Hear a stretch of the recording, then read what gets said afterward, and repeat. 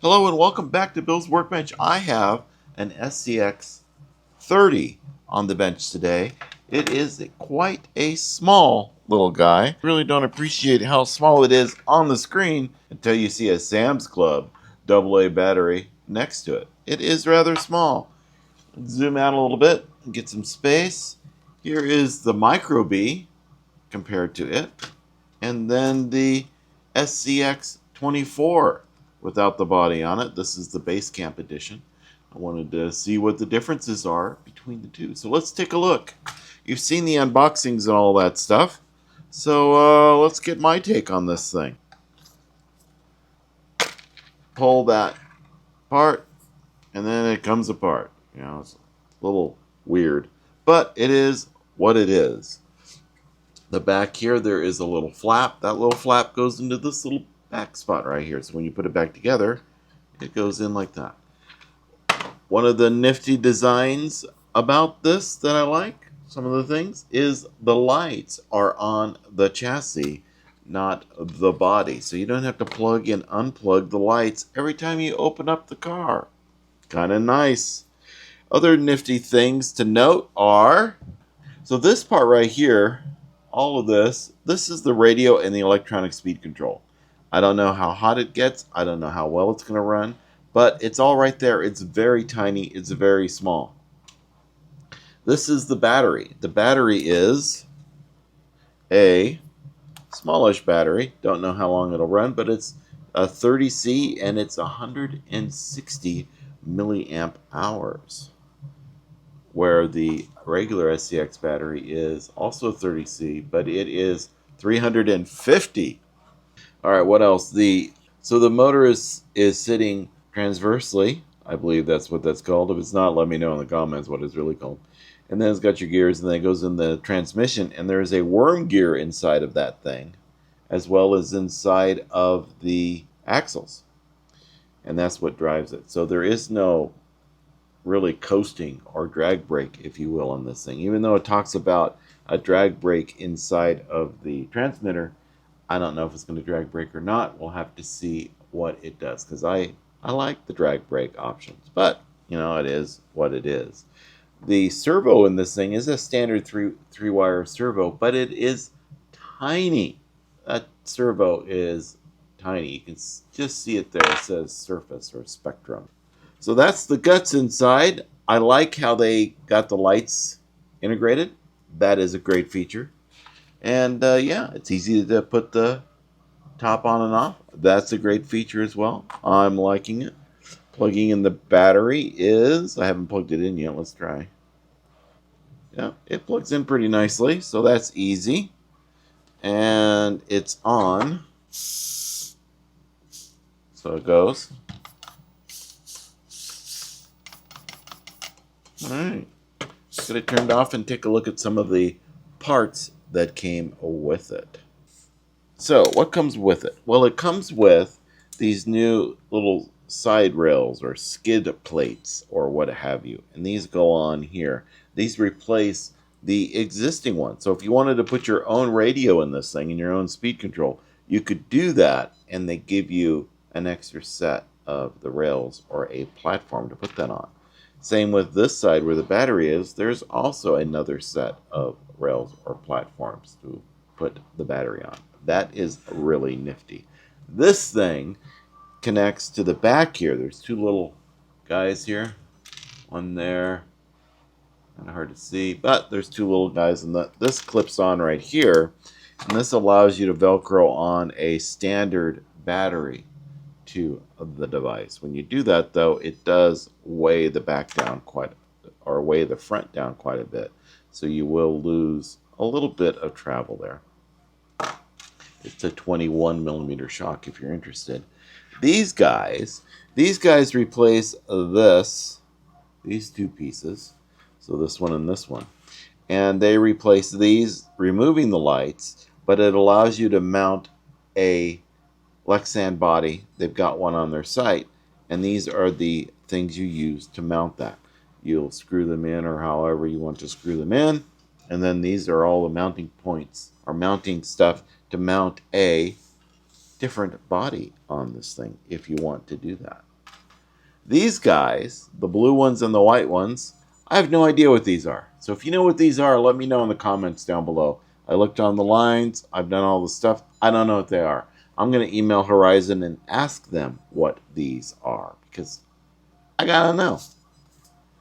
These are extra lug nuts or extra wheel nuts. These are a M2 thread, and these wheel nuts here, these are plastic. So be careful when you remove the wheels and you put them back on. Don't over tighten them because you'll strip them, and then you'll have to use these in order to get them work. But you can go and get an M2 nut and put it on there and replace it. It is a M3 is the size of the hex driver you would need to use. It also includes this handy dandy screwdriver here, which on this end acts as the nut driver, so you can use that to remove the nut. On this end is a hex wrench, and it is for removing the shock screws. All the other screws on this thing are Phillips, so you probably need a P0 Phillips screwdriver in order to remove the rest of the stuff if you wanted to take this thing all apart. There is an exploded manual. It is online. It'll show you how all of these parts fit together, but it won't give you instructions on how to put it back together should you decide to take it apart. Get your phone, record yourself doing it so that you can figure out where all of the little parts go. So let's see how this thing performs on our test track, shall we? So let me get the bench set up for test tracking, and we'll get started with the test track.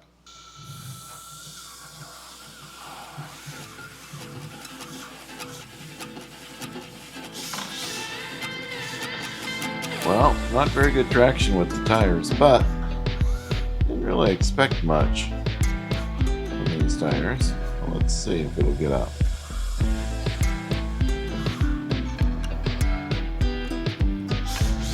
And this test track is not designed for this thing.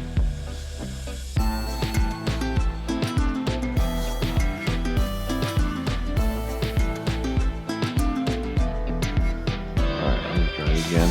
This time with some gusto. There it is.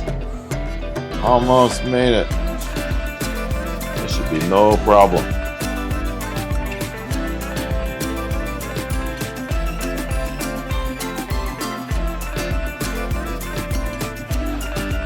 Get the back wheel off the ground.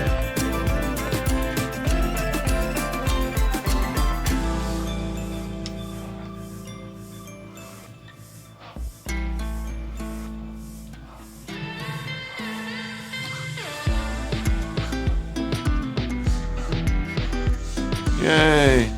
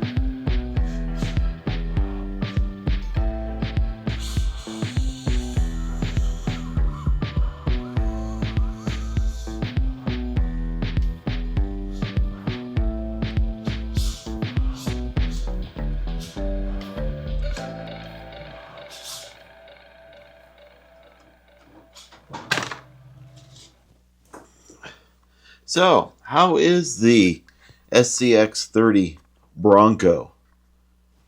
It's pretty good. It's not bad at all. Upgrades? I have some shocks coming for it because, I ordered those when I ordered this, but they didn't come yet. So I got those coming. I'll show you how to put those on. I'd love to find some different tires.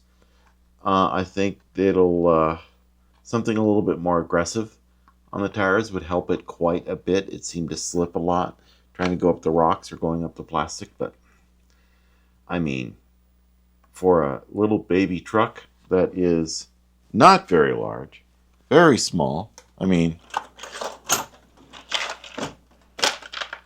here's a AA battery for scale. I mean, come on. It did a great job. The price is right. It's it's a good buy. I would get one. The only challenge for little fingers, if you want to get one for a little one, is plugging the battery in and out and taking care of the battery for keeping it running for a long time. That's the only big challenge with this. So it is a supervised toy, if you will. You'll have to help them get the battery plugged in and up and running. But it does have has a good runtime, lasts quite a while. Yeah. So get two of them. Next up, we're going to try out this guy. This is a 1/36 scale Jeep. We'll see how it performs, and then we'll compare it against this guy as well. And we'll see what other upgrades we can put in. And I think I've got an idea of what I want to do next.